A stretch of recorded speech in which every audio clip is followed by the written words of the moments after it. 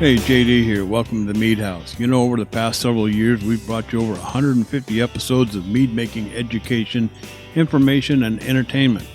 More than 100 guests have stopped by the Mead House, professional mead makers, medal-winning home mead makers, competition organizers, experts on yeast and honey, and brewers just like you and me have all visited to share their knowledge.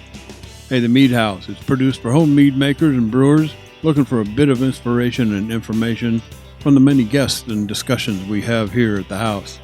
You can help support the Mead House by joining the Mead House Keyholder Club on Patreon. Just go to patreon.com and search for the Mead House. There's also a link in the show notes. For as little as $2 a month, you can become a keyholder. We've teamed up with some great companies to provide thank you gifts for your support. So get on over to Patreon, join the Mead House Keyholder Club, and get your own set of keys to the Mead House. You can listen to the Mead House podcast with your favorite player, and be sure to rate us 5 stars on iTunes or your favorite listening venue. The Mead House, mead making entertainment you just don't want to miss.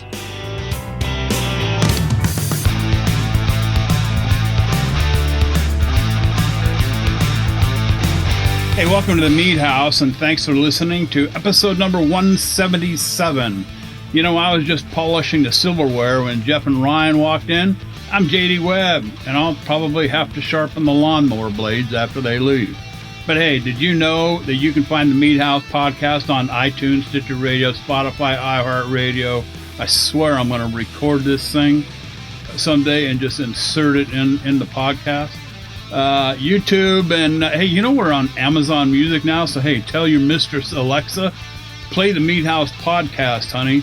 And check the front page of the website, themeadhouse.com, for more locations. Hey, in this episode, you know, back on episode 167, we introduced Justin Schoendorf of Monk's Meadery down in Atlanta, Georgia, and told you the story about how a couple of college graduates in need of keeping a good supply of beer rolling learned how to brew their own. And then after stumbling upon some mead, they quickly found their pleasure and started brewing their own. Hey, hence Monk's Meadery down there in Atlanta. Hey, the first meadery ever in Georgia. Justin joins us one more time in this episode for some good news, some great news, some new news. Hey, we'll be with Justin here in just a bit. In segment 2, you know, we've all got our favorite styles of mead to brew, and Jeff came up with this idea that in a lot of cases, you know, we even narrowed down the house favorites. Like my house favorite is my cider, I guess you call it, because I do make it with honey. You know, talking about tweaking them up a little bit and maybe making a few slight little changes. Of course, this is all to make it better, you know, change it up a little bit. And then swapping an ingredient, for an example, you know, different hop selections. You know, the Ryan bracket is very popular here at the Mead House. It's just simply honey and water and, you know, a good yeast. I think the yeast of choice around this place is probably the Kvik. It's a no-brainer. I mean, you know, fermented at virtually any temperature, all the way up into the hundreds of degrees. But you know, changing up the flavors a little bit. You know, I like it. You know, I can think all 3 of us here at the house like it on the rather dry side. And so how about sweetening it up just a little bit, adding some juice and some cranberry, for example, for the holidays. So we'll talk about that in segment 2. And then in segment 3, this is Facebook friends and Reddit friends. We don't want to skip those guys over there. This is what maybe we need to come up with a new name. I don't know. Face it. Red face? I don't know. Hey, this is social. A what? Being social? Being social? There you go. But hey, this is where we try to answer a few questions from mead makers with no formal expertise other than what we've experienced in our own brew house. All that and more here at the house.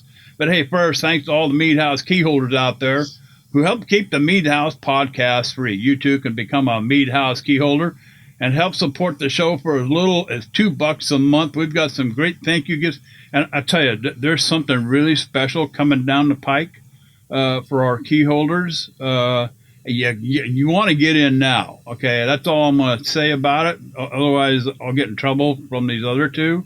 But there's really something very unique and very cool coming down the pike for our key holders. So, but hey, get on over to patreon.com, search the Mead House, or just click on the show notes in the episode. Hey, what are we drinking tonight? Jeff, I got my box. Box. And I got to tell you something. Hey, Jealousy. This is a wildflower mead aged for 10 months in a gin barrel. Now, I got to tell you, okay, the last time I bought a bottle of gin was about 35 years ago.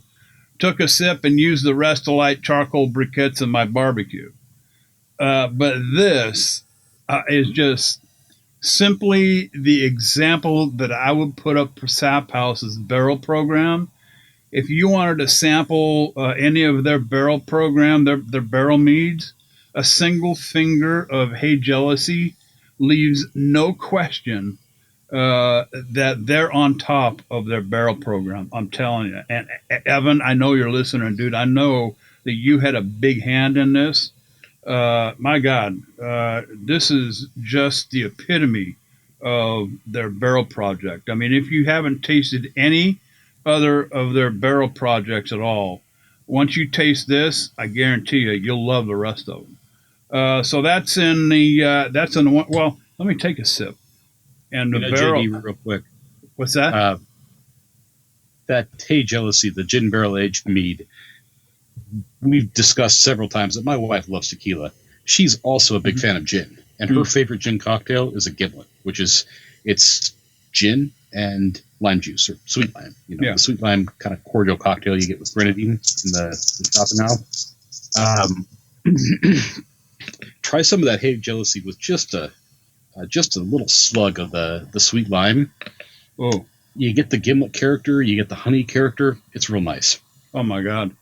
I'm not a gin drinker, so this is, difficult for me to describe. I mean, I detect the gin background in this, kind of a backbone, but the essence that's coming out of that barrel, my God, dude, I'm telling you,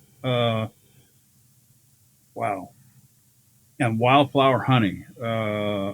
Big nose of wildflower honey. Digging a little deeper, I even get the barrel char. I get a little bit of the caramels coming off the barrel. I mean, this is just simply amazing. And I am, Ash, this is your fault, dude. You're going to turn me into a gin drinker. My God.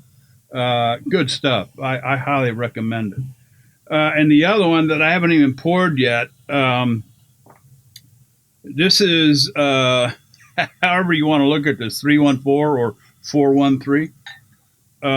This is the apple pie. Now, the last 413 or 314, or I don't know how Ash puts it. I know we've talked about it. But the last one I had was a strawberry rhubarb pie. This is their apple pie. Oh, my God. Oh, dude. That's like, how do they do that? Yeah. We're going to have to harass Ash or Evan for how they get that oatmeal crust flavor. Because oh my God, how in the hell do they do that? Yeah. Even if it's off mic and just for our information. My God. Holy cow. Oh, get your hands on this apple pie. Oh my God. Ryan, you're still not a member of the mead of the Club Mead over there, are you? I'm not. Dude, you must join. I mean, this stuff, or get on over to Sap House Meadery and saphousemeadery.com and just order some of this. This stuff is unbelievable. I mean, oh my God. How in the hell do they do that? Wow. Anyway, so that's what I'm drinking here tonight. Jeff, I know that you got your box, so is one of them Sap House? Well, So here's the thing. One of them is a Sap House, but it is not from my most recent box because, as I mentioned, we're trying to pack up the house and get as much stuff out as we can to, be able to paint and lay floors and things like that. Yeah. And it occurred to me that I have, I have an inordinate number of, these small little Boston round bottles that Sap House does the barrel projects and some of their other projects in that they're halfway drank, and they really need to be full way drink. So tonight I am finishing off a bottle of the elderberry spruce that I got from Sap House. And I've let it sit a little too long. There is some oxidization going on, but I'm still getting that elderberry flavor. The spruce is a little bit faded, but it's still really nice, even with a little that oxidized color on it. In my other glass, because it wouldn't be the Mead House if we weren't drinking two at once. Are we turning people into alcoholics around here, or what? Well, we're turning ourselves into alcoholics, if nothing else. 12-step program coming up right after the show. Go ahead. So I picked up a weird one the other day at the supermarket while I was doing my shopping. This is a Leinenkugel's Toasted Bock. And this struck me as really weird because it's their seasonal fall release. But a Bock is supposed to be a spring beer. So I said, well, what's going on with this? And so I brought it home. And it's got that very malty Bock character to it, but there is something additional there. My palate doesn't recognize it so much as toasted, but it's almost kind of like a nutty, like a British brown ale kind of a thing. Mm-hmm. It's an interesting take on the Bock variety, I think, and kind of ties in nicely to what I was planning on talking about in segment 2, where you take something that works good and tweak it a little bit. So yeah, very good. All right, Ryan, what did you put in your glass tonight? Well, I'm double fisting, and that's for the first time in a while. Yeah. And you guys know I like to keep with the theme of the show.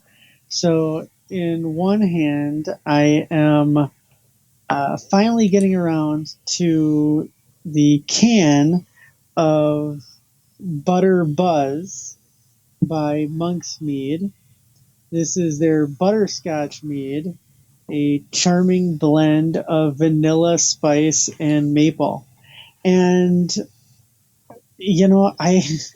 I've been impressed with everything they've done, but I was really impressed with this one because I wasn't sure if I was going to like it. I hear these things, the butterscotch and maple and spice, and I'm thinking, is this going to be too sweet? Is it going to be too over? The flavor not going to be balanced. Is it just going to be too much?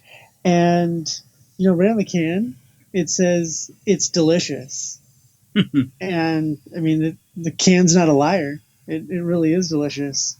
It's very good. I'm enjoying it very much. I'm very surprised by it.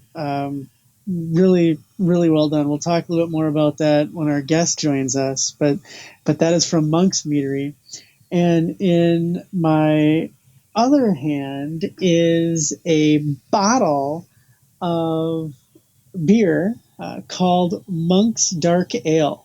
This is made by the Abbey Brewing Company in New Mexico, and it's actually brewed by Benedictine monks. So this is brewed at a monastery by monks, and it says right on the bottle, made with care and prayer. And so that's my monk's theme of the night. That one's also very nice brew. There you go.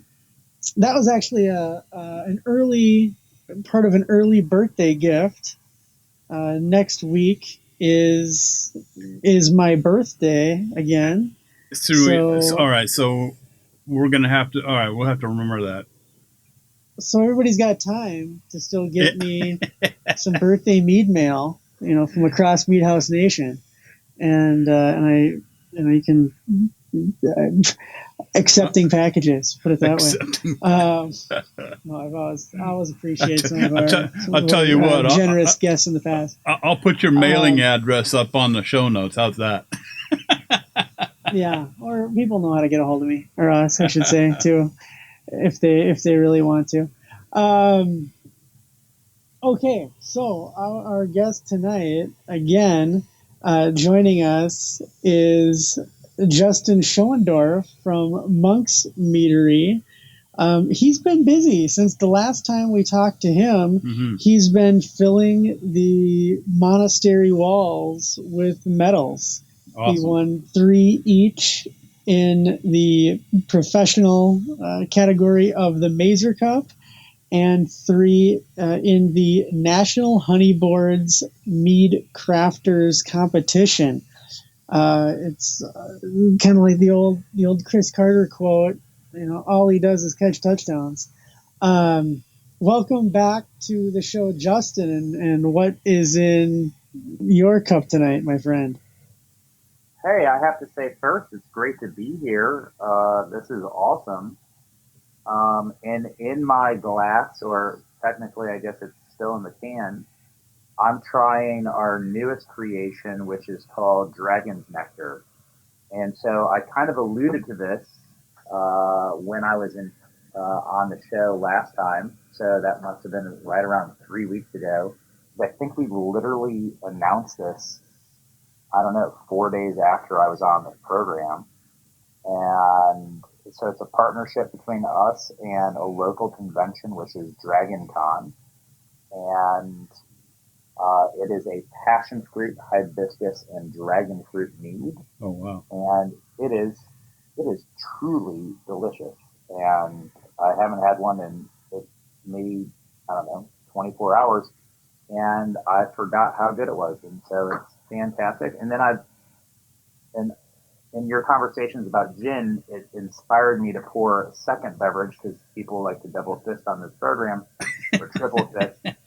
And so I've got a barrel-aged gin from Corsair. I think their distillery is in Nashville, but I think they have 2 locations. And this is a fun little gin that is a great little sipper. So I'm answering, or the back of my mead, with a little barrel-aged gin. So that's what I'm doing over here. Sounds good. Ryan, this is, you were actually on episode 167, and that was actually back in July. Ryan had sent me some cans of Monk's Mead. And let me tell you something, Justin.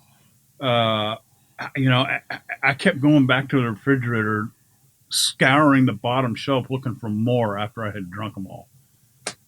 I mean, fantastic. I loved every one of them, and just amazingly tasting. So I couldn't tell you to this day what they were, but I do remember thinking that, gee, isn't there like one more can? And there wasn't. But man, I loved each and every one of them. Well, it's great to hear. We put a lot of pride into everything we do. I think getting things balanced perfectly is always a challenge. And then a challenge that I've created for myself is that I like everything to be on that dry side. Yes. So everything we do is going to be for sure dry. And, it's harder to cover up flaws in a product when you don't have as much residual sugar. And you're trying to build body, and you're trying to build depth, and you guys mentioned the awards, and again, this has been a great year in that regard for us. Every single one of our products got at least a silver medal, and then Sigmata got a gold. Sigmata got a gold at the National Honey Board competition. So, I'm super pleased. I think we're on the right path. We're doing something right.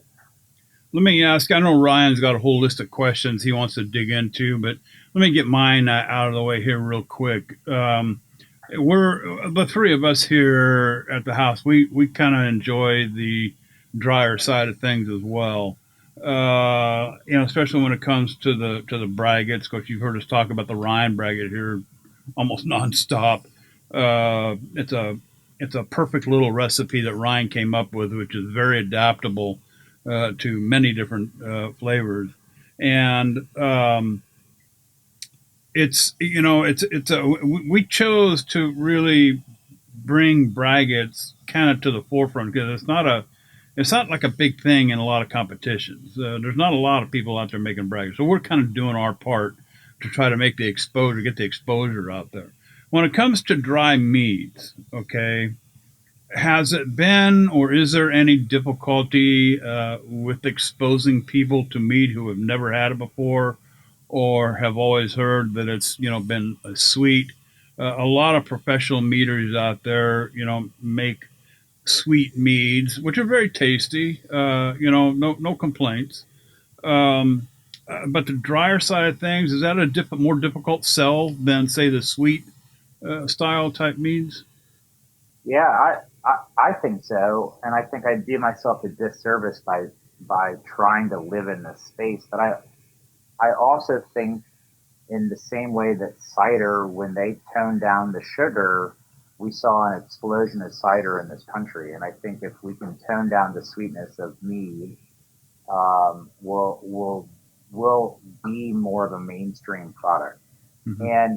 And I say that it's harder um, in the same breath because the people that have been advocates and have been mead fans for so long are very used to really, really alcoholic products, Mm-hmm.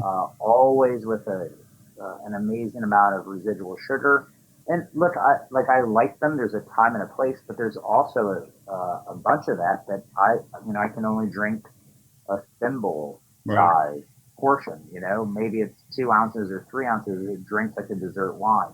Right. And so in everything that I produce, I want someone, right? I don't even make 12-ounce cans. We do 16-ounce cans. I want you to open that thing and not even regret it and just want to enjoy the whole 16 ounces.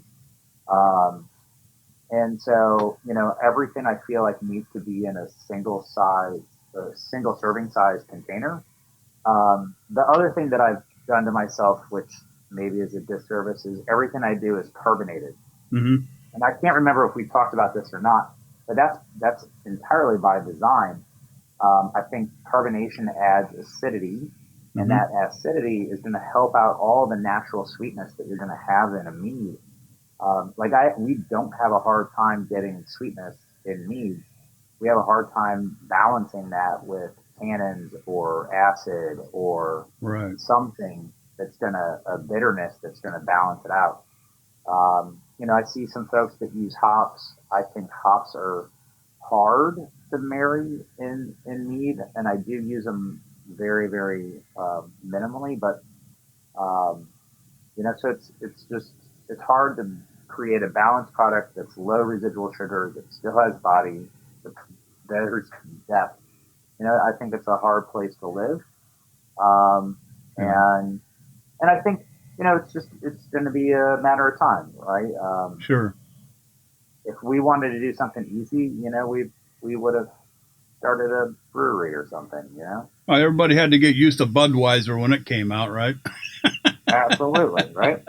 So, but at the same time, the challenge is part of the excitement, right? Right. And so when I'm introducing people to something, they've never tried mead before. So then it's two-prong approach, right? So the first part of it is marketing of, hey, this is what mead is, and then this is what makes my mead different. Um, and then the folks that are used to having mead, it's kind of recalibrating them and saying, hey, mead doesn't have to be 18% alcohol And with sweet. Yeah. with a residual sugar of 7 or 12% Yeah. sugar. So if you can kind of show people that it can go in a million different directions, and that's what drew me into this category, is that there is no real right or wrong. Everyone gets to kind of experiment and go in different directions. And I'm trying to carve out my own little tiny space in these dry style. Sure. And not to say that we'll never do anything that's on the sweeter side. You know, Ryan, you just mentioned the butter buzz. That's the sweetest thing we do. But I think if you were to pull specific gravity on it, it's like 1004. So it's pretty low, right? Like how many beers are people brewing, you know, where they land 1005, 1010, you know, somewhere in there. Yep. So, you know, it's pretty low residual sugar. All of the sweetness there actually, I don't back sweeten at all with any honey on that. It's the only thing that we don't. I mean, all the fermentable sugars are honey, and then it's lactose and maple syrup. Are the two things that we use for sweetener, and then of course,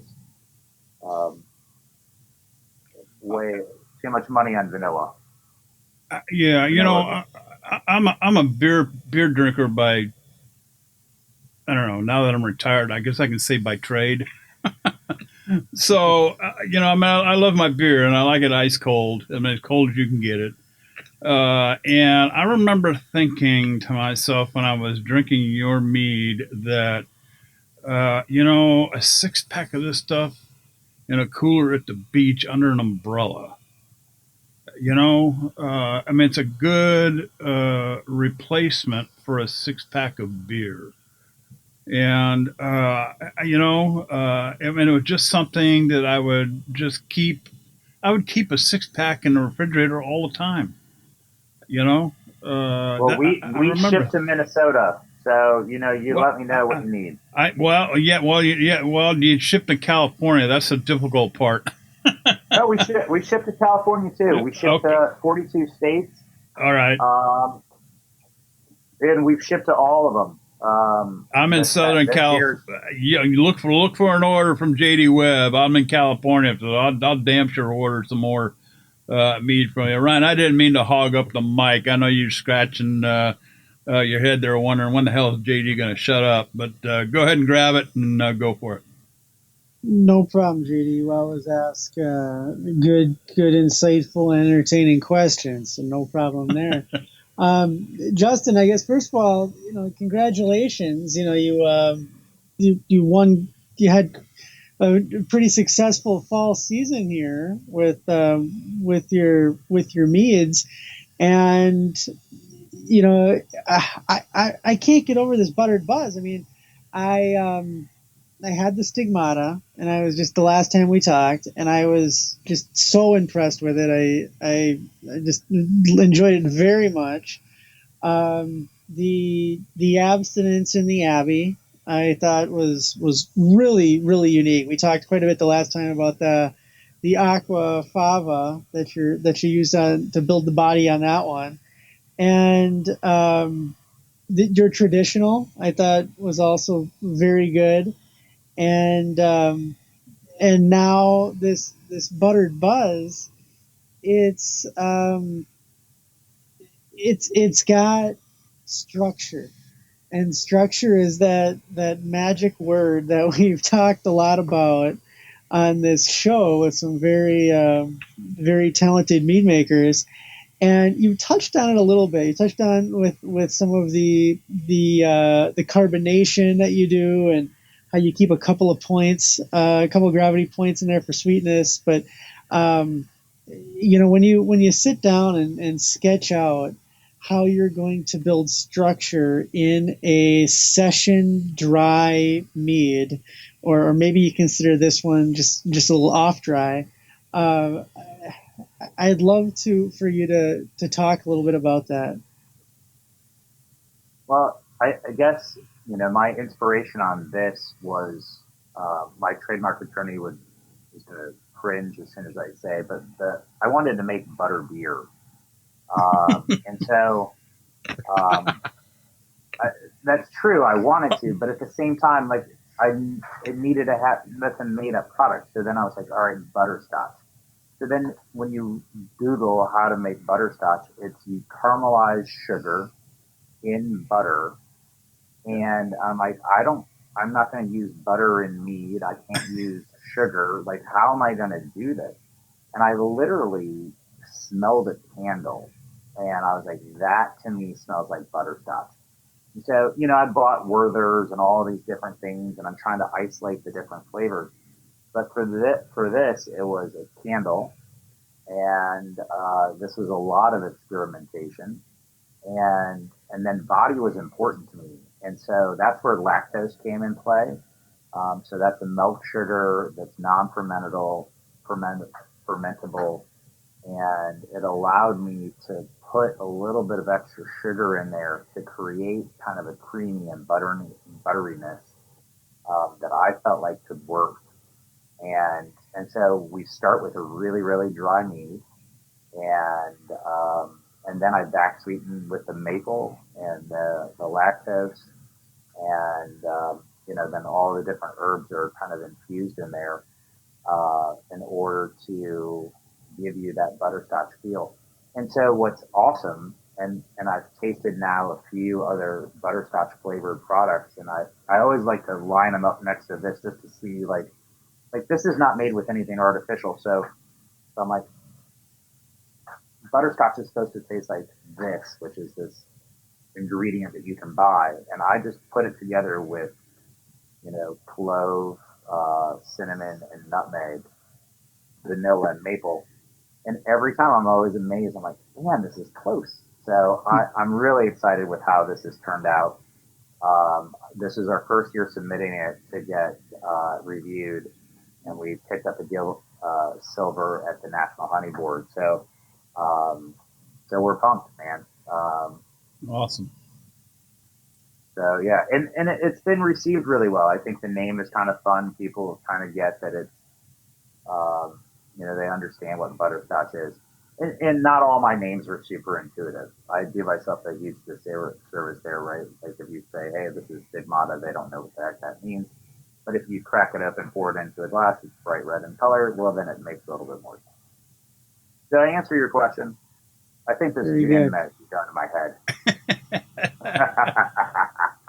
Stigmata. I got to tell you, Stigmata. That's the one. That's the one that Ryan said. One of the ones. It was the other one too, the abstinence, but Stigmata is the one that stuck on my head. That's the one right there. I thought that was just simply just awesome. That's the one that I would stick a 6-pack in a cooler and take it to the beach with me. I just thought it was just outstanding. No doubt. I got married 2 weeks ago. We poured that Congratulations. at our reception. Thank you. We poured that at our reception. So that's a house favorite around here. Mm. Floral, main flavor is hibiscus, rose petal, elderflower, a little bit of hop. Mm-hmm. But it's a fun little thing. And that's the thing, I think, for anybody that's listening, you just got to kind of find flavors that you like, and figure out ways to derive them. And because the backdrop of mead is so neutral, right? Like you can really influence it in so many different ways. I try cocktails, or I try tea, or you go and you get a smoothie and it's made with whatever, and you're like, okay, these kind of flavors marry each other. Mm-hmm. And I'm always looking for kind of sweet ingredients, and I'm looking for savory ingredients. And if I can get, I don't know, pineapple to work with basil, that to me seems like a great combination. Oh God, yeah. Oh hell yeah. So those are the ways that I'm trying to come up with stuff, and then sometimes the name comes first, sometimes it's the flavor comes. I don't have a ton of products. I haven't had a tasting room since we started, so since 2011, and being the first meadery in the state of Georgia, the laws were such that we couldn't have a tasting room, and we were told by the revenue department, you're not going to have it. This isn't going to be a thing for you. So really, all of our product has gone into distribution, and so I've never had the ability to kind of tell my story about who we are and what we're trying to do. Wow. And all of the sampling is done through, special events, beer festivals, or through people that come through my house. And so then The laws have finally changed, and I'm really excited. And I've been crazy busy the last couple months because we finally have gotten through a bunch of garbage to get to the point where we're now going to have a tasting room, and I think we'll be open middle of January 2021. And I'm excited for what that can do for the brand and what it can do for the category. Oh, awesome! It's gonna be great. Wow. I'm gonna be down near the East Coast there in June. You can't make it any sooner. You come on down. Like, let me know. I will. Yeah, please. I got please your reach phone out. number. Yeah, we're gonna be. We've got a huge trip. My wife and I. We're driving to the East Coast, all the way up to Maine. So Atlanta.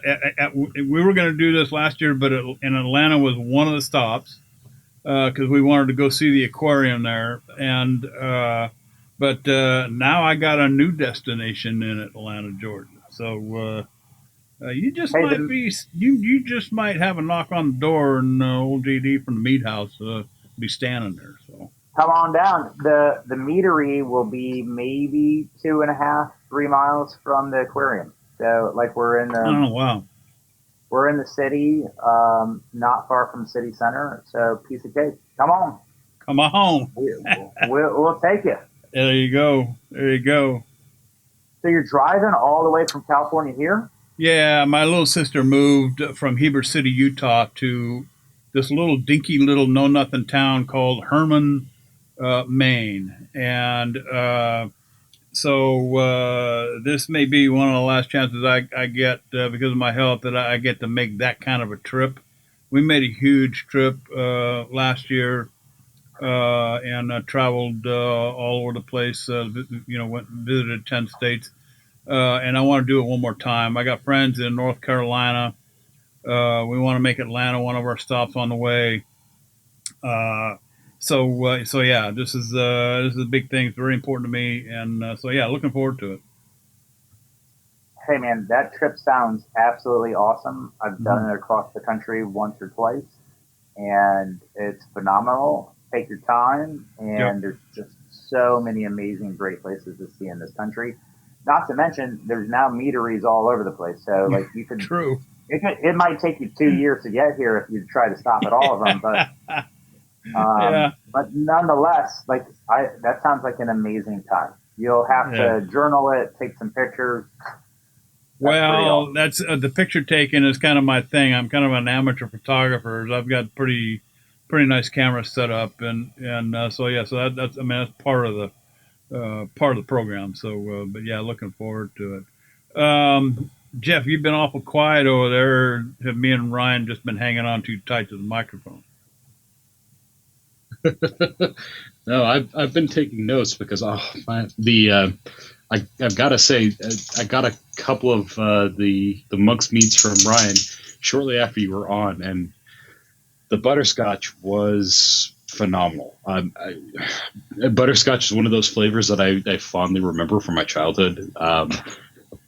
It was always a favorite ice cream flavor for me, as a topping, and man, for a mead that contains no butterscotch, nailed it. It blew me away. Good stuff. Ryan, anything else there, my friend? Justin, thanks for hanging out with us and chatting. It's always great to hear from you. Again, congratulations on all your wins. They are well deserved. Yeah. We love having you on. I'd love to have you back again, real soon here. We can talk a little more about some of these dry meads. All three of us really enjoy things on the drier end, and we've found pockets of mead makers in the professional side that tend to go that way. And I think you're a big corner of that pocket, and it's a lot of people out there we talk to also have been turned on to more dry meads. Even some of the mead makers that used to make a lot of sweet stuff, I've seen talk in the last maybe year or so about how they've started to do a lot more dry things. And to me, that is one of the other coming forefronts in mead making. JD talked about braggots, how we kind of have pushed braggots out from the shadows, and we've also pushed a lot of the dry meads out from the shadows. And man, they're getting a suntan. People are really enjoying them. Justin, remind everybody where they can find you, they can find your stuff, and where they can get some of it. So we are available in South Carolina and Georgia in stores around the state. But the easiest place to find us is online, monksmeadery.com. I've got discounts for shipping, and we do ship to 42 or 43 different states. So let me know, and I would love to send people. I've got a little sampler pack that gets $20 off shipping. So shipping's almost free. If you buy 12, it's a combination of cans and bottles. But it's a heck of a sampler, and it's a lot of fun. Very good. Sounds like a nice birthday box. It's been great. Y'all do an amazing job helping to carry the torch of mead out to the world. So we appreciate all that you are doing, and I would love to be on the program at any point in time. And all of you need to try the newest Dragon's Nectar. This stuff is fire. It is amazing. Gonna do it. Looking forward to it. Justin, Cheers, thanks so much, and we'll have you back on again soon, my friend. Cheers, my guys. All right. Bye-bye. Bye-bye. Wow. Geez. I remember as soon as you said that stigmata, it just clicked in my head. That's the one. That's the one I think you sent me several, and that's the one that stuck out in my head. I mean, that stuff was just amazing. I really loved it. So good stuff. Monk's Meadery down there in Atlanta, Georgia. Might be a stop for old JD when he makes his trip next year. So, moving right along here in the house. I have to get the lawnmower blades a little bit later on, maybe tomorrow. Jeff, I should probably let Jeff talk about this. Sure. Variations on a theme comparing the hop, blueberry, maple, and so dig right in, my friend. Here's a shovel. Sure. So, well, the as I kind of alluded to in the show notes, the genesis for this idea was kind of just a comparison between Sap House's hop, blueberry, maple, and my own session blueberry hopped mead that I made a while back, because these are,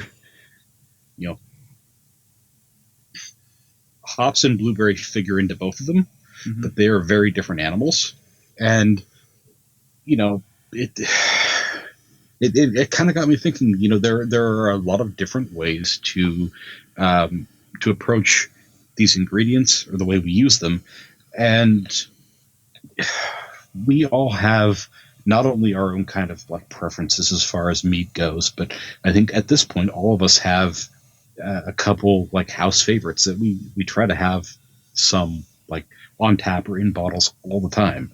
Ryan's got the Ryan Braggots and the sours, and he's got his seasonal lemons. I know, JD, you mentioned you have a couple favorites that you like to have. I've got a couple of my braggots that I like to have ready to go spring and summer. So, the idea of taking these kind of staple recipes and tweaking them just a little and really trying to narrow down and perfect them, I kind of wanted to talk about a little bit. And, it's a very easy idea to say, like, in the case of a Ryan Braggot, we could just substitute an ingredient. Like, we could take maybe, it was nice with Citra hops, but we could take it and add Simcoe or Lemon Drop or any number of like the 100 odd varieties of hops that there must be on the market these days. That's all well and good, but what if we take it a little bit further and we kind of tweak it a little bit weirder? Not weirder, but a little bit more. I'm having trouble finding a good way to put this, but one of the examples that I threw out there was, what if we want to take a hop or take a recipe and lower the ABV or raise the ABV? The example I gave was a whipwrecket that I really, really like. I love having it for spring and early summer, but it's 10%. And the last time I had one of these on tap at the house, we had a big party for, I think it was my wife's birthday. And, and me and a couple friends had 2 or 3 pints each.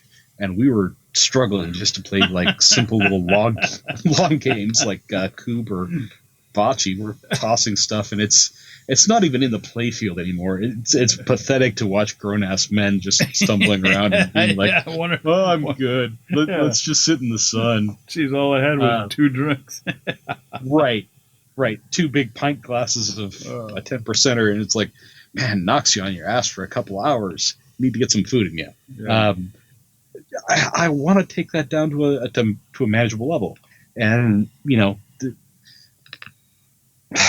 it occurs to me that if I try and cut the amount of grain I'm putting into that, I'm probably going to lose some of the just that grain flavor. So how to approach that? Yeah, how do you replace that? Then by the same token, there's there's some other like directions we could have with this, like it was just swapping out ingredients or adding a third ingredient or things like that. So I kind of wanted to just discuss tweaking those house recipes and the steps we can take, the directions we can take, and kind of create not necessarily like a guide or a plan, but just some advice for people that have their own house favorites that they like serving at their parties, and just to give them a way to explore those recipes and just tweak them up, make them just a little bit better. There's 2 that come to mind in my little brewery. One is a Ryan Braggett. I like. There's a couple of beers out there that I like, put out by Kona Brewing over in Hawaii. One of them is called Kona Light. And for the life of me, I can't remember the name of the other one. But there's a third called Citra Light that I just found. And these are beers. But I did a couple of projects. It's been a couple of years now with Citra hops. I just love that citrusy flavor that Citra hops gives off. Mm-hmm. And so my Ryan Braggett basically consists of the 3 or so pounds of honey, a little grain, and usually a crystal on the lighter side, either a 10 or a 20.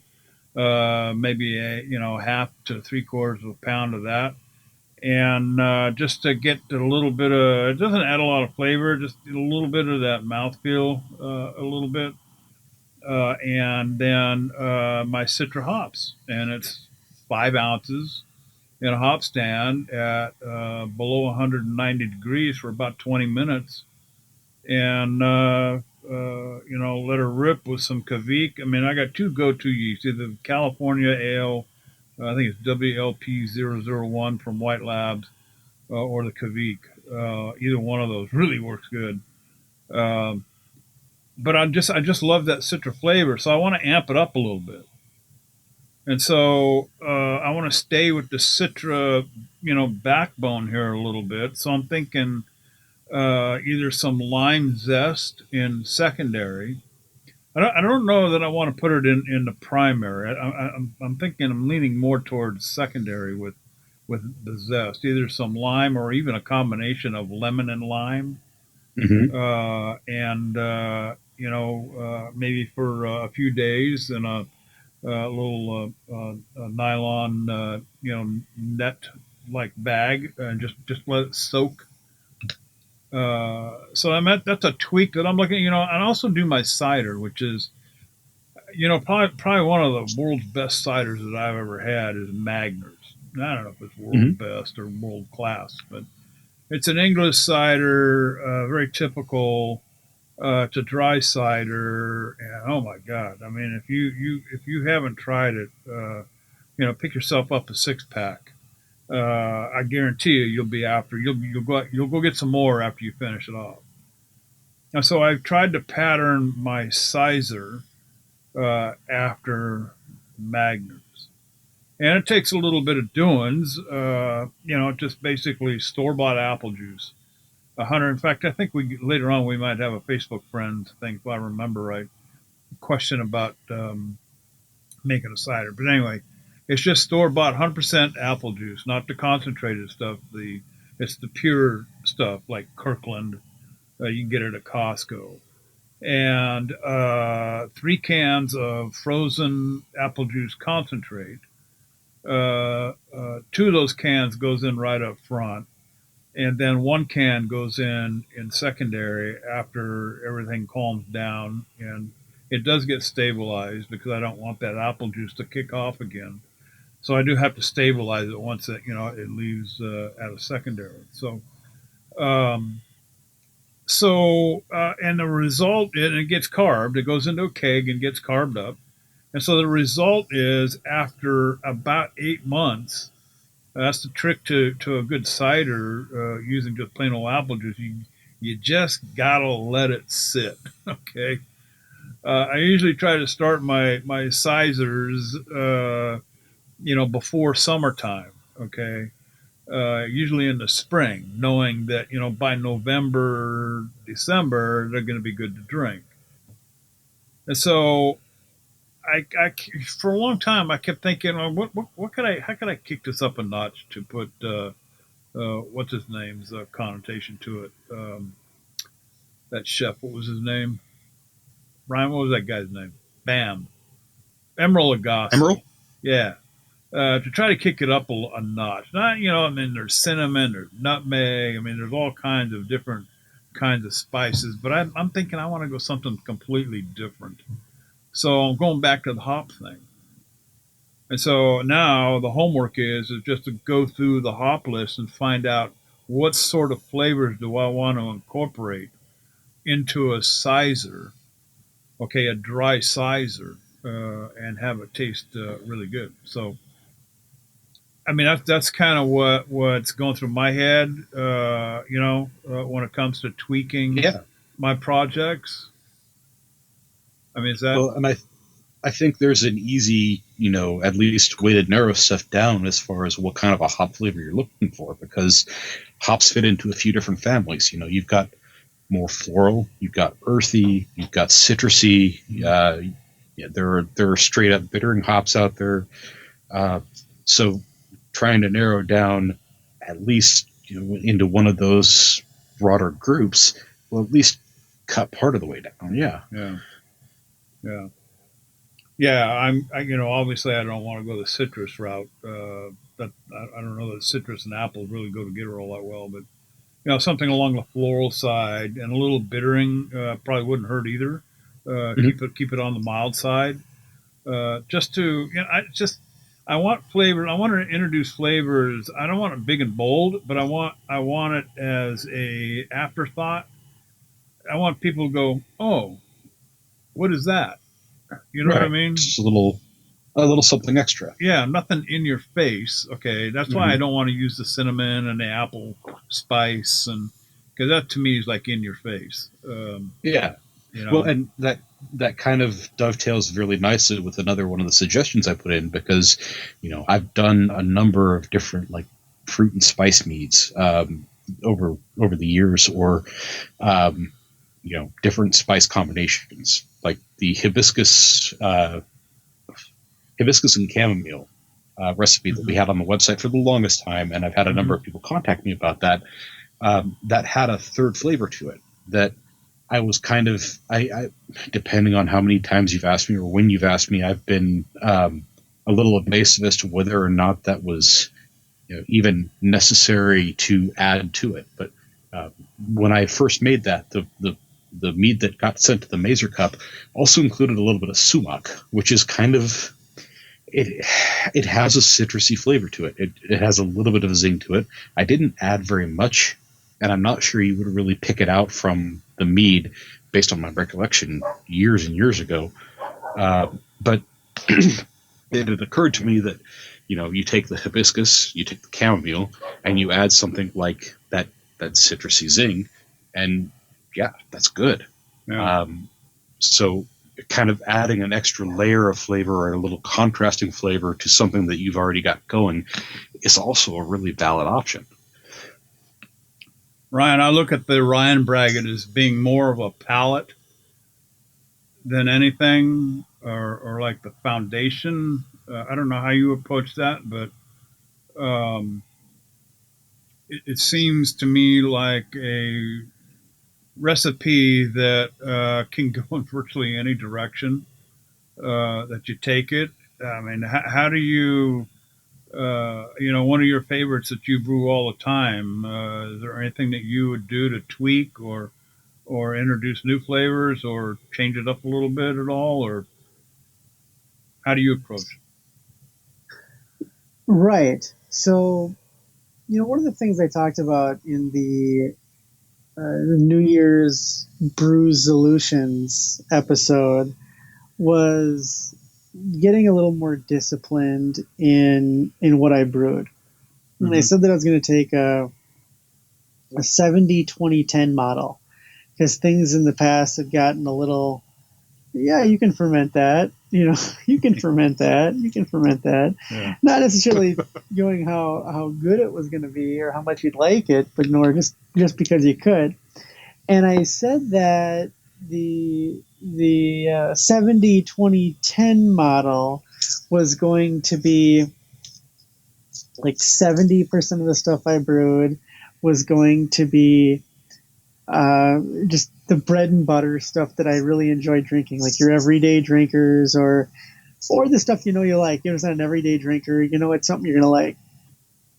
20% of what I brewed was gonna just be iterations of the 70%. So small, safe bets, changing it up, and then the 10% could still be the total experimentals. And as long as the 10% was experimental, that sounds great. 1 out of every 10 batches is going to be something kind of out there, and that's great. It's perfect amount for me to try something really new, versus 7 of the 10 batches being like that. So to me, this is kind of sitting in that 20% category of saying, oh yeah, every 2 out of 10 batches or every 1 out of 5 batches, I kind of want to make some changes, little tweaks.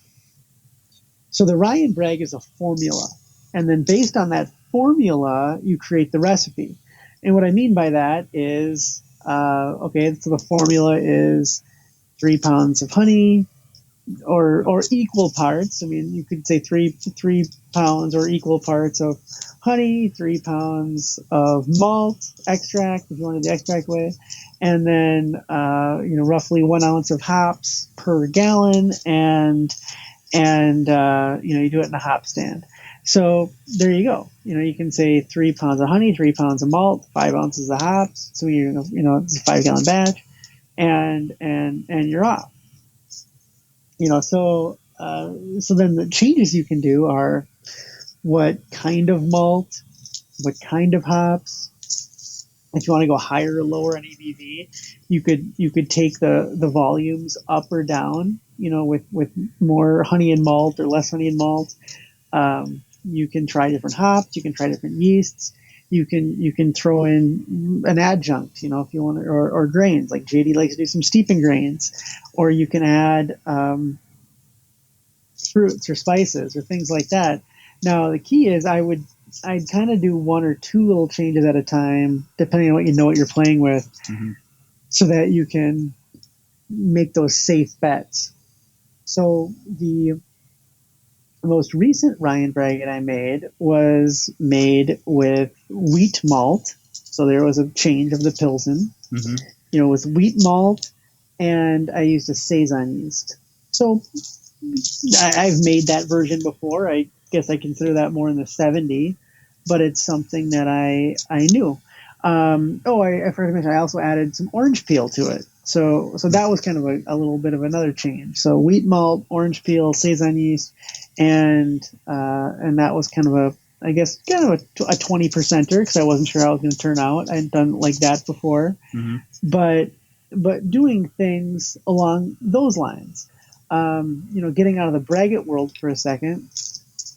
I for many seasons made a fall hibiscus cider, which was your apple, your fresh pressed apple juice, your apple cider, and then I'd add hibiscus, and I usually would do a cider yeast with that, or something that would kind of work well with ciders, and ferment that.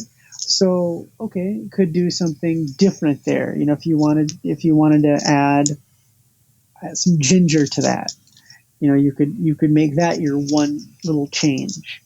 Or if you wanted to add a hop to it or something, you could do that as a little change. But I think the key for me and how I do this is one or two little things that you change and try it out, see how it is, and then use that in other batches. That's kind of the clinical approach to how I go about it. Actually, I got it backwards. The Ryan, that's more the canvas. The palette is all the different colors of paints that you might throw in, the different flavors and whatnot. There you go. Yeah, Bob Ross just crashed into my head, and I'm thinking, wait a minute, that's not the palette, that's the canvas. Right. We can do a landscape, but you can throw in reds for a sunset. Thanks, Bob. Dark blues for yeah. And Ryan, I really like your phrase of safe bets. I think that kind of that really encapsulates kind of the approach that I'm thinking with this topic, as far as you just make little tweaks and see what you like, not necessarily really like doing big changes like change the yeast and the grain and the hops and 6 different things at once, because at that point you're not really making a variation, you're doing something entirely different. Right. If you haven't used, say, a dark malts or something like that, or some base malt, and you were to say, hey, I'm going to make a Ryan Braggot, but I'm going to do it with Munich malt extract, which I've never used before, and I'm going to steep in pale chocolate, which I've never used before, and I'm going to use some South African hop I've never used before, and I'm going to add a variety of honey. Let's say you've never used, some sort of honey you've never used before, right? Buckwheat, maybe you've never played with buckwheat before, and sure. I'm also going to throw in nutmeg for the hell of it. Okay, well, that's a lot of things that you've never done before, and to me, that now you've moved out of that 20% category. Now you're in that 10% category of saying this is just a complete experimental. Right. But the idea of saying, well, yeah, I like a Ryan Braggot kind of idea with Pilsen, but it's October. Let's do a Munich instead of the Pilsen malt. Keep everything else the same, and we'll go for a little bit of an Oktoberfest feel for it. Yeah. That sounds delightful. Like it's a great idea. My 10% still fall in a couple of different categories. One, oh God, I hate to even say this. Okay. I'm going to say this really quietly. One is the coffee. The coffee, Yeah. But taking that into a completely different direction, okay? more along the lines of creating something along the lines of a liqueur, like a Kahlua, okay, but also, and I tell you what, I just made another batch of my homemade Kahlua the other day, and this is what prompted me to start thinking about this. My Kahlua has got several, and it's not just coffee and sugar. Um, I put orange peel in my Kahlua, and I use brown sugar. I don't use white sugar. I sometimes will caramelize the sugar first before I put the water in. But I was thinking with that the other day. I thought, you know what, I need to revisit this coffee thing and maybe take it along the lines of creating like a liqueur type mead instead of a mead like I've Hmm. attempted in the past. That's one of my 10% projects. Um, I can't even remember what the other one was. See what you did? Coffee. I mean, Jesus, we have talked Coffee. Yeah. coffee. I mean, oh my God. Anyway, And for me, really, that coffee is in like that 1% category that's more aspirational than actually like I'm going to step up and do that just because. yeah, Man, we've talked about coffee so much. We've all tried our hand at it once or twice, and I don't know if any of us have really gotten anything satisfactory to it. But you know, what if what if we take that coffee and add other flavors, complementary or yeah. interesting contrasty flavors? This is And this is actually going to be this would be along the lines of the two port meads that I made. Mhm. So we're talking about stretching a yeast, coaxing it again past its stated tolerance. You know, if you pick one up that's like 18%, you could probably get close to 20 out of it if gave it some attention. I got close to 20. I don't remember the yeast that I used right off the top of my head, but I want to say it was a Y yeast. It was a high gravity or high alcohol. I can't remember off the top of my head, but anyway, it takes some doings. I mean, it was a very intense project in order to coax that yeast up beyond its tolerance without crashing the whole thing. So this coffee project will be along those lines, okay? Because we're talking Mhm. about a liqueur here, a high alcohol content liqueur, coffee liqueur, but not just coffee. We're talking about adding some other ingredients like orange peel and whatnot, and maybe not even using the typical coffee bean. There's an espresso powder that I use to make my Meglodoro, I think it's called, that I use to make my Kahlua with my homemade Kahlua. Mhm. And so I may go that route because it's got a real intense espresso like flavor to it. Well, it's espresso beans, so Right. uh, Right. that's the uh, God. Don't get old because I can't remember what the other one was. Oh my God! But anyway, a good discussion, guys. I mean, we need to talk about these kinds of things more often. I think. Right. Um, And hey, for our audience, info at the Beat House. Find us on Facebook. Tell us about some of your house brews, the tweaks you want to try, the tweaks you have tried, and whether or not they were successful. Reach out and share it. Hey, we might have you on the program. yeah, absolutely. We want to find out what's going on out there, what's going on in your house. And we've had a bunch of people get a hold of us on the Facebook message deal. That seems to work out pretty well. Of course, we've also had, quite a few people email us, info@themeadhouse.com, and let us know what you're doing. And if there's a, particular project that you're working on, thinking about working on, hell, we might even have you on the show and have you explain it to us, and maybe we can help you along with it. we're good for that too. But good discussion, Jeff. A good topic, I think. Yeah. And I'm sure that we probably could have went on for another half hour. But I kind of wanted to get to some Facebook friends here. Of course, this is the part of the show where we answer questions for mead makers with no formal expertise other than what we've experienced in our own brew house, understanding that all three of us have varying degrees of experience when it comes to doing this. And so that's what we draw on. And we always come up with some, I think, some pretty good, pretty interesting answers. So to start off, guys, at the top here, this might be a strange question, but I use EC 1118 works great for the warmer climate in the house during the summer, but I can't keep a constant temp in winter months. I've had to extend my fermenting. What yeast would work good fermenting at 60 to 65 degrees Fahrenheit? Um,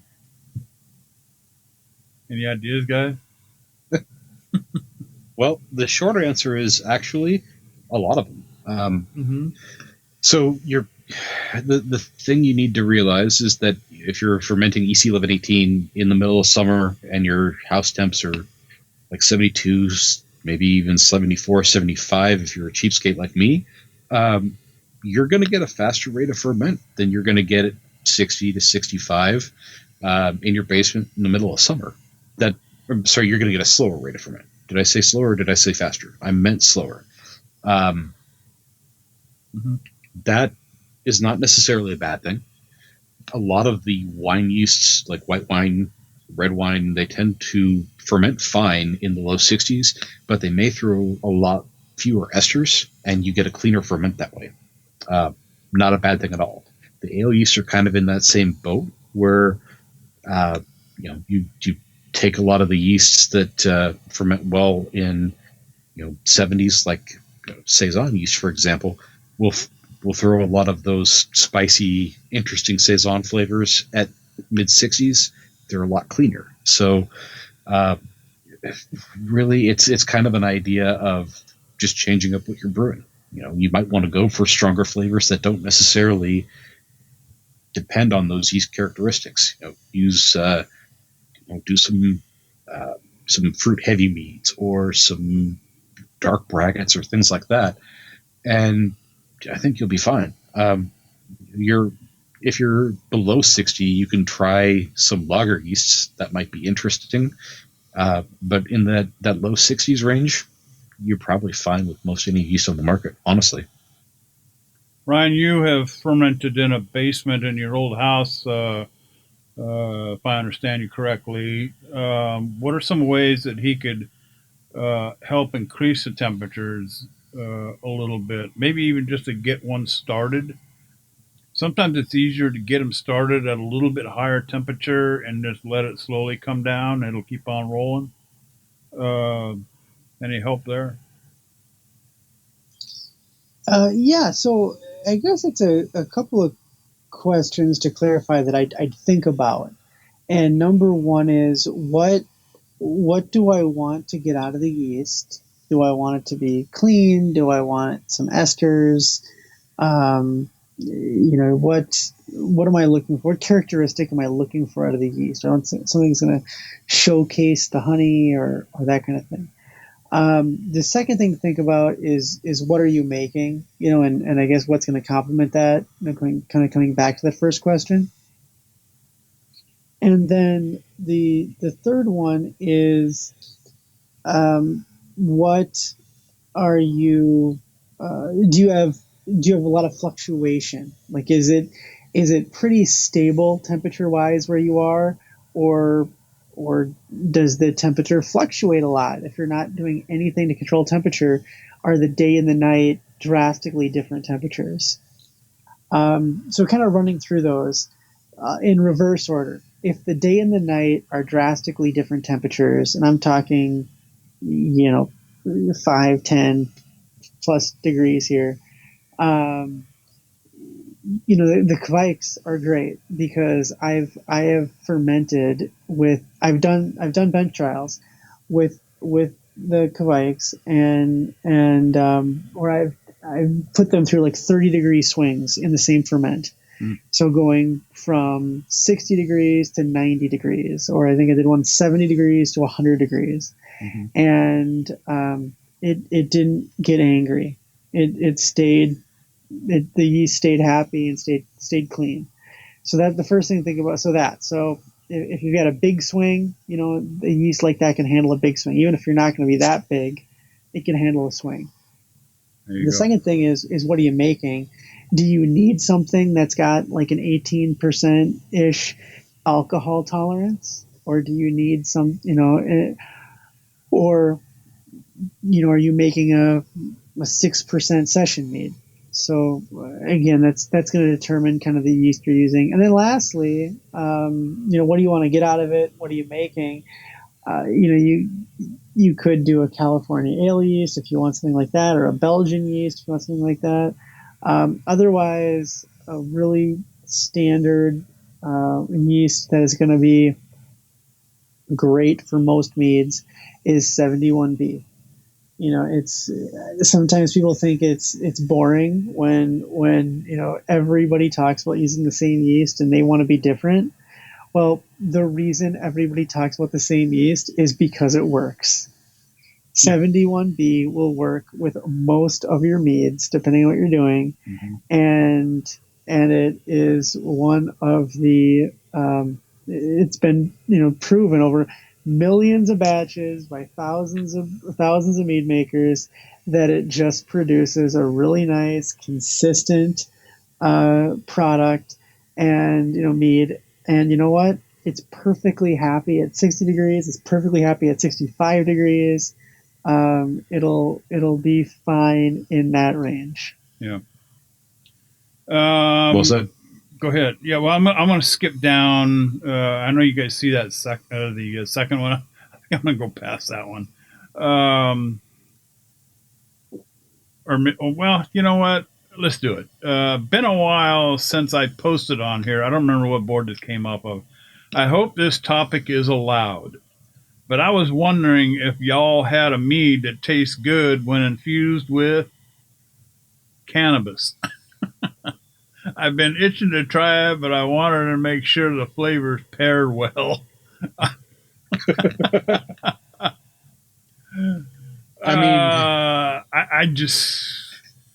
I'm thinking dry hopping. That's all that comes to mind.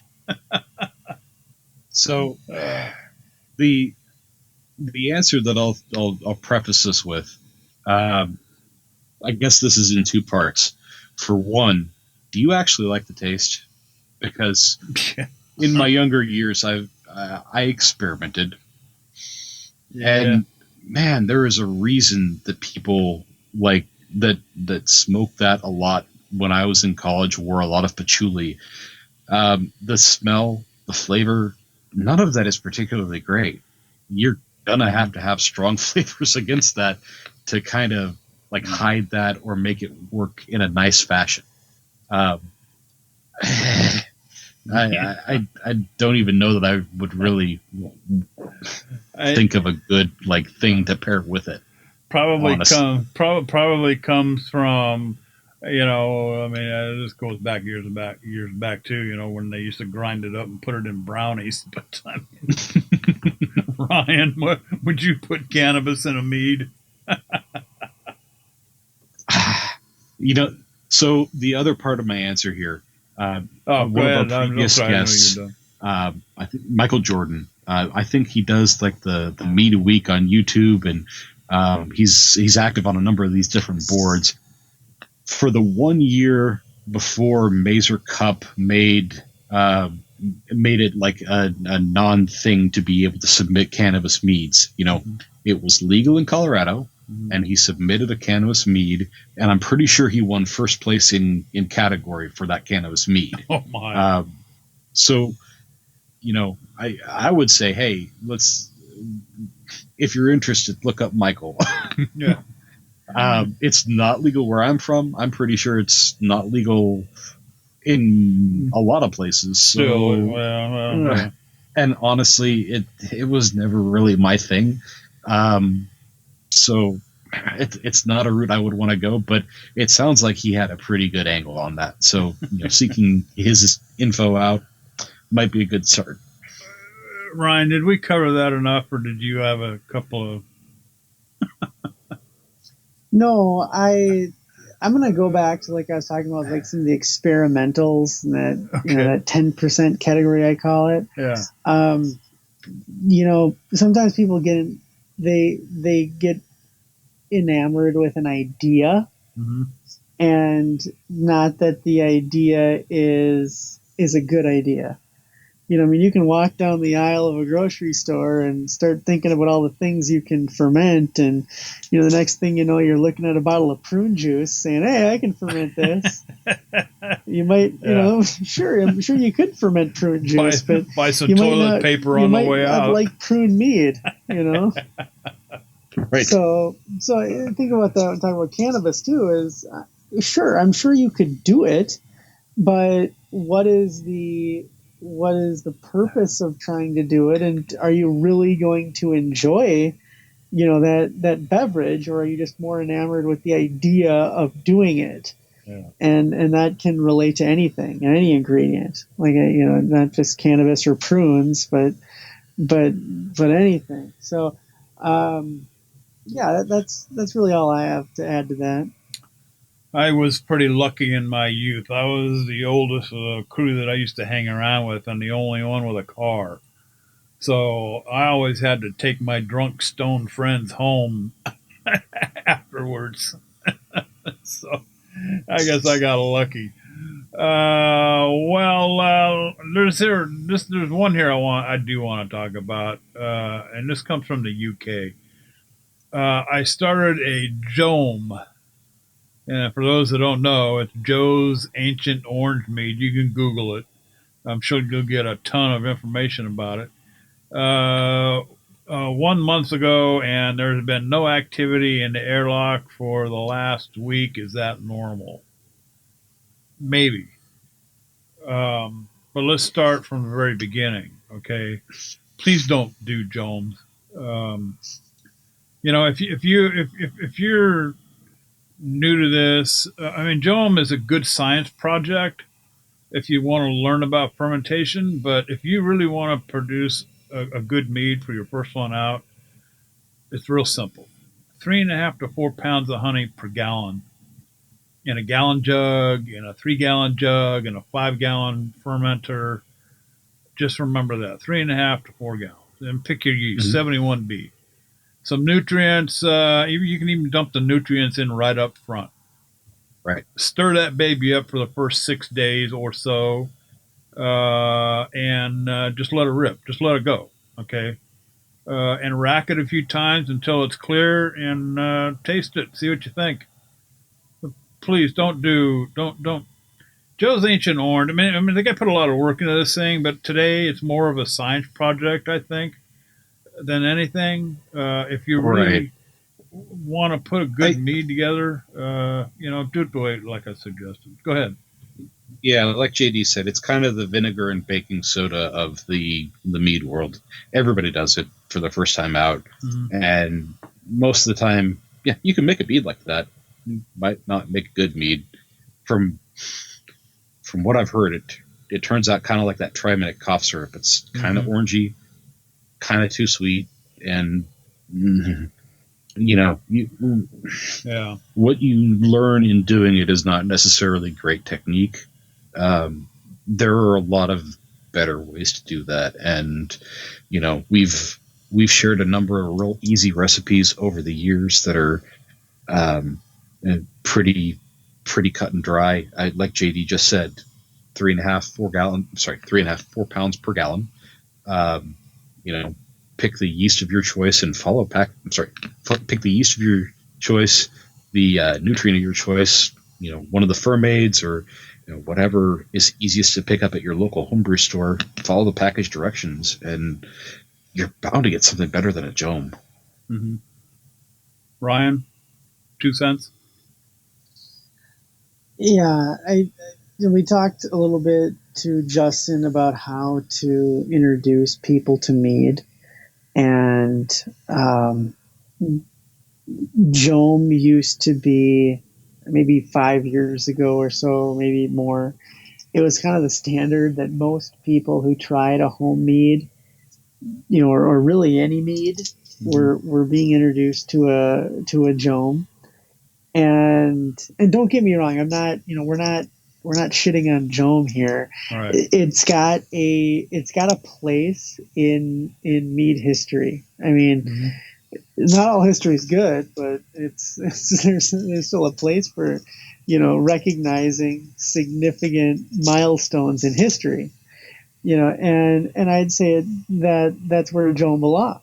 Jome has an important part of mead history. Now, whether it was a good or bad part, we can debate. But I'm just really happy that there's now such a wide variety available to people, and that commercially and on the home side, that people are trying out and being able to introduce people to meads across the spectrum. Pie mints, braggots, dry meads, you name it. So it's it's not one that I'll likely ever make again. Yes, I have made one, but understanding its place in history is important. I'd say. Sure. And then lastly, getting back to the actual question of, is there a problem that I haven't seen anything in the airlock for a week? Well, did you see anything in the airlock before that? Yeah. And like I think you were saying, JD, it might be that it's just done, or you just, if it's a gallon jug, just pick it up and very gently swirl it a little bit and see. It's the Jome, a lot of times they'll get stalled fermentations because you're using I think the original recipes are bread yeast. Bread yeast, right? Yeah. And so you can get a stalled fermentation. So just kind of gently swirl it and see what's happening. And if it's still not getting anything, it could be, you're fine. Just make sure your airlock is got water in it, and let it sit. The other thing with Jomes is the longer they sit, the less bad they are. Yeah.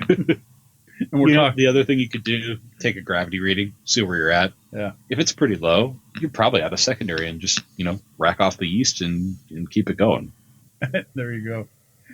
All right, guys. Last one for the night. This will be really, really simple. This one is it's one of yours, Jeff. I dig this guy's name. This is from Nuts Are Buttered. Undoubtedly, this comes from the Reddit side of the house. 5-gallon water jugs, like the ones for water coolers. What do you think about using those for like secondary and bulk aging?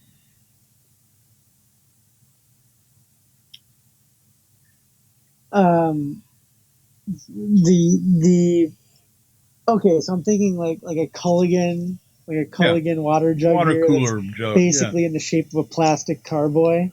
Mm-hmm. Yeah, exactly. Yeah,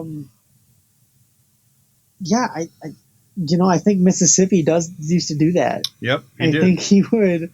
I think he'd go to the hardware store or wherever, and he'd buy those 5-gallon jugs of water, and he'd use the water to ferment, and then I think he'd just put it right back in that thing after primary, and he'd primary in a bucket, and he'd secondary right back into that plastic carboy and go. You can buy bungs for them. You can, or stoppers, drilled stoppers and bungs. You can get them. They're big, they're huge, but you can buy them and use them. It's just understanding the material. So plastic is porous. If you're doing it for a short amount of time, no problem. But if you're doing it for a long amount of time, you're gonna have you could have some off flavors. You could have some other issues. I should say, though, that plastic. I'm sure there's other plastics that are meant for long-term aging, but those plastics are not, meant for long term. If you ever look on some of the bottles of cheap plastic, it'll have an expiration date on there. And the expiration date's not because that Mountain Dew is going to go bad or that bottle of water is going to go bad. It's a lot of that is talking about the lifespan of the plastic.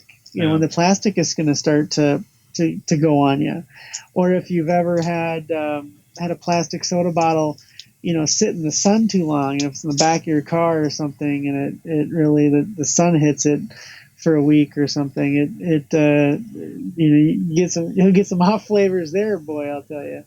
So short term no problem, but long term, get yourself something just a little better than that convenience store bottle of water. Playing devil's advocate here, Jeff, but geez, they store water in it for a long time. Right. I mean, it's a food grade container.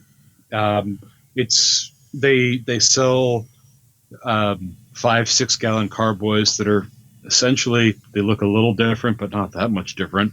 At the homebrew store that I worked at for a very long time. It's like Ryan said, if you're talking about a short term secondary, it's perfectly serviceable. I would totally do it. The final question on this is, what size bung do I need? And the answer to that is number 10. So I'm a homebrew guy. Yeah, homebrew store guy. There you go. No, JD, I'm going to say, if you look at those bottles, if you look at them, they'll have an expiration date on them, right. And the expiration date on that jug of water, might be 9 months from now, 6 months, 9 months from now. Sure.